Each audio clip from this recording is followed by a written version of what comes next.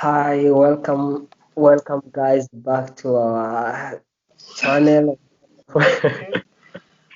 channel. So today we have on the bridge for the chances and opportunities to study in different countries. Today we're Truth. gonna be in Ukraine, and we have our fellow sister here and fellow YouTube. Can you introduce? Yeah.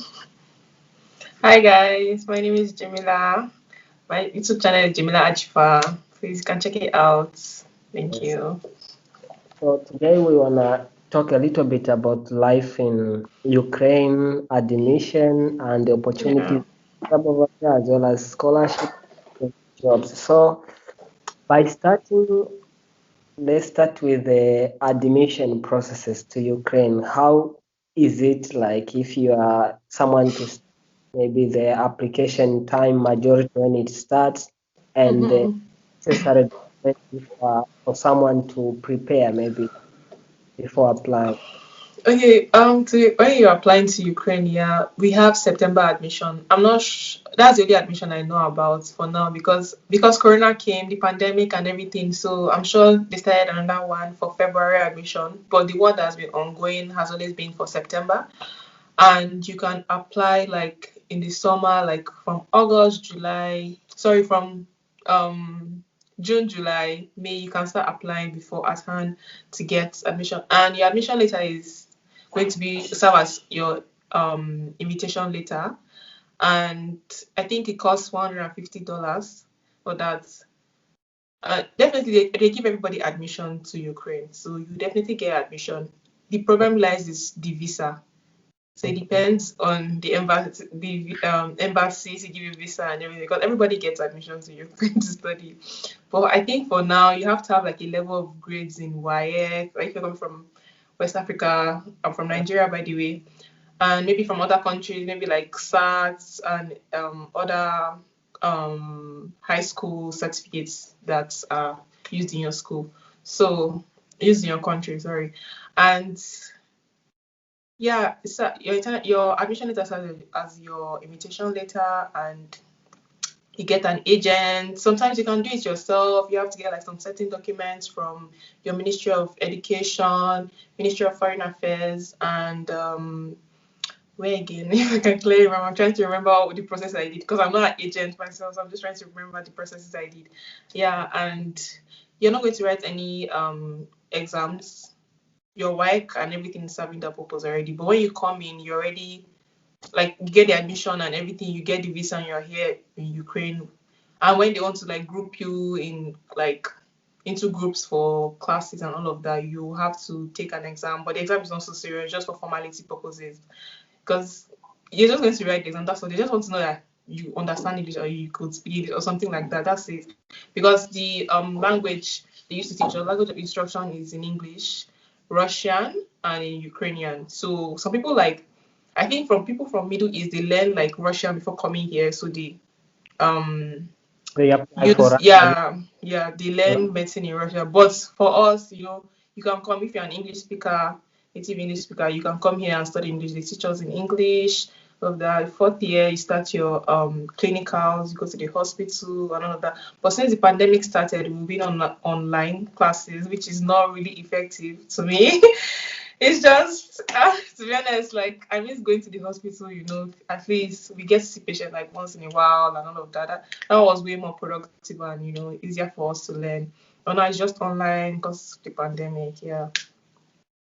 uh, and if we just how about the tuition fees, like tuition fee, are they affordable? And with that, yeah, let's talk first about the admission, the tuition fees. Okay. Tuition fees here are quite affordable because if you're coming to study here as a medical student, honestly, it's quite affordable compared to like other countries. We pay like for me, I'm paying $4,200 a year.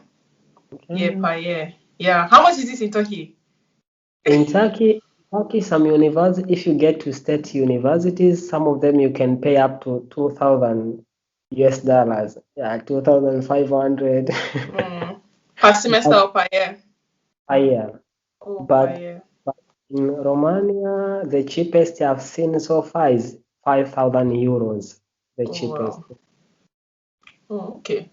So we pay, I think, but my school fees is the highest because for my course is the highest because we came during a period in 2016 where there was an inflation in dollars and all of that in the economy. I don't know what was happening, but the rest they are paying like 4,000.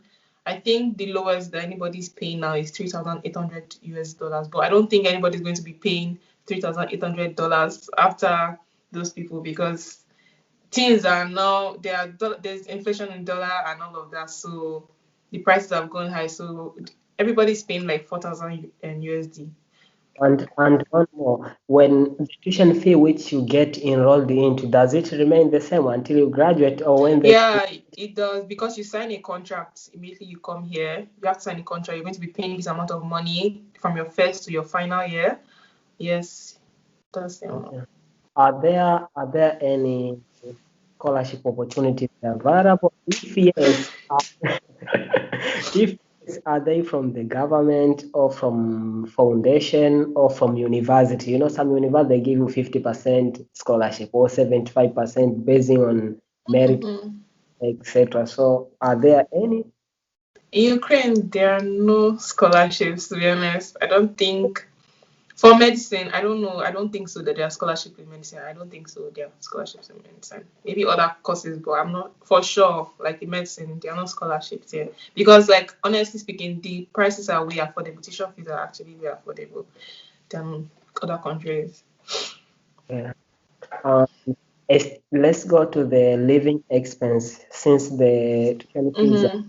for no scholarship.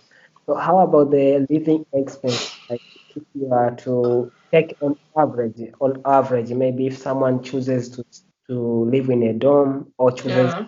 an apartment, on average, how much can it be estimated? Okay. For the dorms, per year is like $400, 400 to 500 USD. Yeah, A year. but you can, yeah, per year, but you can pay per semester. Some people won't pay like per month, like anyway, any one that is way more comfortable for you. For I'm speaking for my school, Ivano Frankiv's National Medical University, because other universities they have like they can pay at like 800 US dollars and the rest. My school is in the western part of Ukraine, which is like a cheaper city compared to the eastern part of Ukraine and all of that. So for the dorms, you pay like 400 USD dollars per semester per year, Mhm. and if you can't like pay at once, you can like split it into half, pay per semester. And for apartment, students live off campus too. Where like if you're going to give it maybe 2 to 3 people, you can pay ranging from maybe if you're living with 3 people, you can pay ranging from like 80 USD. Like when you split the money, you pay each 80 USD per month to 100. But if you're living with 2 people and you want maybe somewhere that is more comfortable for you, you pay like 120 USD to 150.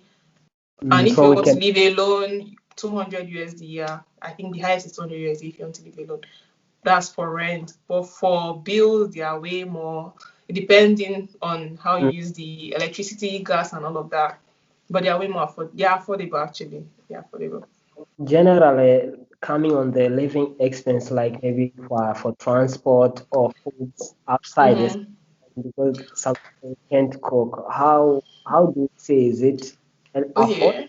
or little? Food are affordable here. Like if you want to buy like from the market, you want to buy food stores, from grocery stores, they're affordable to buy. But if you want to eat at restaurants because maybe you can't cook and all of that, they are also affordable to an extent, depending on the restaurant you go to. But they have like nice food here and they're affordable too. And Ukraine is not that bad. what is your favorite dish so far and up to now? My favorite Ukrainian dish. Actually, like here they eat like a lot of pork here, and I'm a Muslim, so I can't like eat some certain meal. But like it was here I found out about mashed potatoes, so and I also like mashed potatoes, and I think mashed potatoes and steaks and their pasta. That's all. Yeah, that's what I like. Yeah, and coming to the do student get work permit, or can a student work under your student visa or your student residence permit? If so, how many hours do you get to work in a week? Okay. For work permit for medical students is not granted because they feel like you have to focus on your books and everything. But I think for other courses, depending on your city, but for Western Ukraine, I'm sure that they don't let us work. There are no work permits for us. But like somewhere like Kiev, which is the capital city of Ukraine, Yes. they get to work, and I think they have like a work permit for like some certain hours, and yeah. But for here, we don't like have work permits, and depending on your course too. Okay. And what any advice do you have for maybe people over there? How is medicine over there? Like, does it seem so hard or challenging, or is it easier comparing to?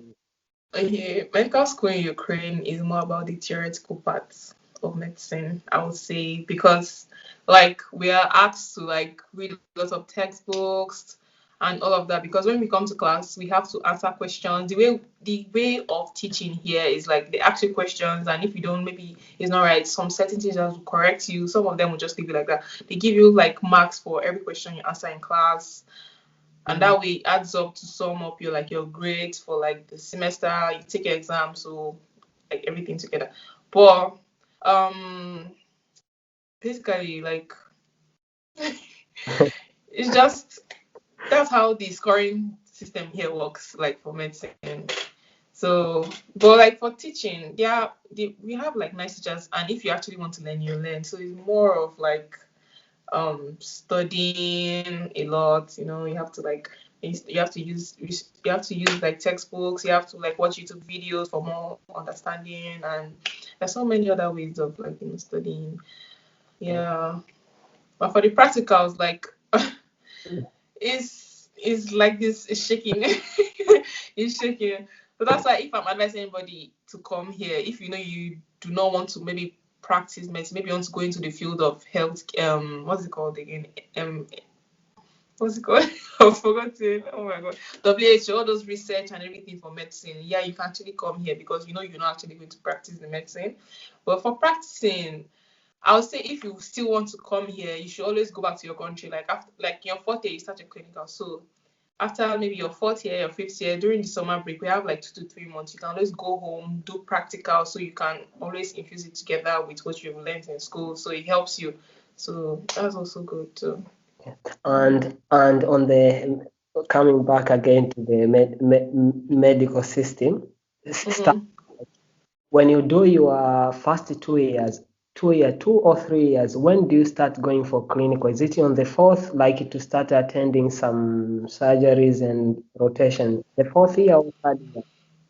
The fourth year, you start fully in fourth year, but you start like in third year, but like for some certain subject, like maybe surgery. But those surgeries are not like serious surgery, just giving you introduction to surgery and introduction to internal medicine and all of that. But you start fully in your fourth year when you start your circles, yeah. And as you start going to the, you meet patients like who are Ukrainian, right? They don't speak maybe English. Do you English and all of that.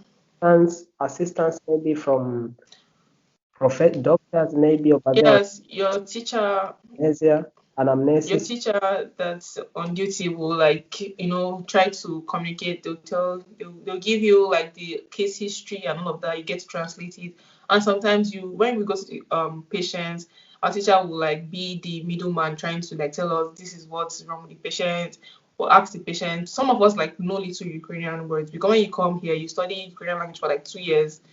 Hmm. Between just like they'll just give you like some few classes to attend for Ukrainian classes and all of that, but you still be attending classes to normal classes, so you get to like learn few words and you can ask them, and your teacher will also be your middleman to help you understand and communicate better.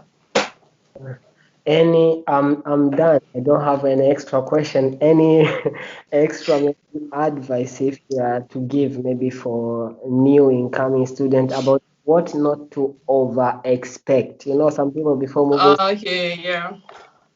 Okay, coming to Ukraine, I feel like it depends on the kind of person you are at first. If you are the kind of person that wants, like, you like a very lively city, I'll tell you to go to the eastern part of Ukraine where, like, things are more developed there and they're, like, nicer things and, you're living in a city. Or like if you're a very reserved person, you don't care about like where you live. The western part of Ukraine is okay for you, and it's quite affordable. Living, food, and all of that is actually quite affordable. Yeah, and like just know what you're doing when you come here. Like make sure they don't expel you because of one or two reasons. Because here they give you like three chances for an exam to pass an exam. After the third one, if you don't pass, I think they expel you. Yes, so I'm sure in between those three chances, everybody like can make it up. So you just know what you're doing here, have fun, and that's And all. I was to forget on the visa requirement. When you wanna apply for the visa, is there any maybe a proof or you must deposit some amount before moving to, or is just normal like you get your acceptance and you add up some documents and they don't need to get the proof of maybe you deposit some amount in the bank prior to Oh getting. no, you don't do that because you're actually like a student. The banking system here is very different for foreigners. So you don't do that. You come here, you create your account, and that's it from there. You don't have to deposit any amount before coming here. So guys, for other more videos about Ukraine, you can kindly check her channel. I saw you were doing it. You have a My lot of, channel is about like lifestyle, vlogs, and entertainment. I don't really like talk about like schooling Ukraine and all of that, but like I'm sure if you search on it, and if you ask me questions like on Instagram, I can help you answer them. yeah, Yeah. a lot of people like you you have a team, you know. Oh yeah. I see it like a class. Sometimes people new members. I see them like you see some days few people, some days again they add up. So kindly Oh, you can yes, check. please check my channel out. Thank you so much.